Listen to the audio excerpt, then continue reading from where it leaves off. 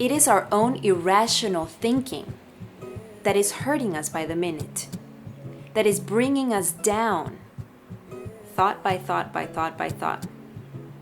We need to stop and challenge that irrational thought. Is it real? Is that just my interpretation of whatever is happening? Where did that come from? The idea to transmute an irrational thought, because we cannot delete it, we cannot avoid it, is to observe it, to analyze it, and to challenge it. To say, is this really the truth? And that's what we need to work on, is challenging. Is this real? Or what am I generating? Why am I generating these thoughts in my head? Is it really what's happening? If someone disagrees with me, that's a personal attack on me. Irrational thought number 1.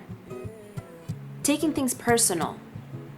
Taking things, assuming that that was an attack on you. That's an assumption. Again, that's an interpretation. If I'm not perfect, nobody will love me. Or for example, all I ever do is make mistakes. Both of those statements are irrational thoughts. A really common irrational thought is, in order to be happy in life, I have to be accepted and liked by everybody. And if you really think about it, it's impossible to be accepted or liked by everybody. We're such unique individuals. How can we all like the same thing? Another is, my value depends on what others think of me.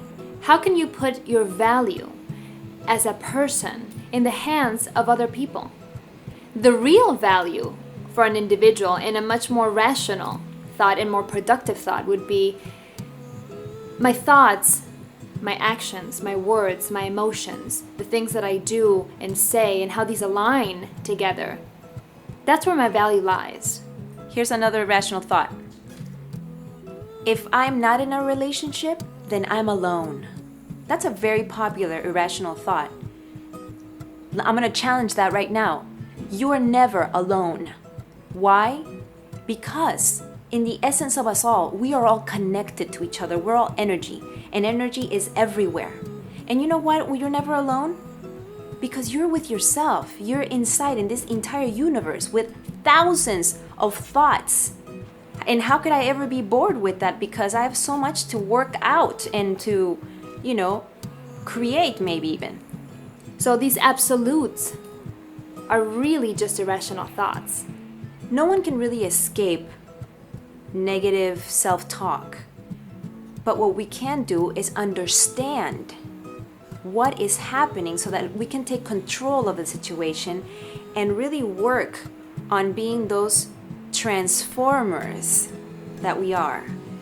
I think the real value in us and the real mastery that we strive for in this lifetime is to really be in control of what we think and what we say and what we do, and to make these align and to make these positive and productive for ourselves and for the world. I can't believe that everything I once knew is quickly burning from a gray to a bright blue, and as we dance in a ray of sunshine, I wonder what. Love Silvie+Maryl TV? Spread the health. Tell your friends to sign up at silviameryl.com. I do without you.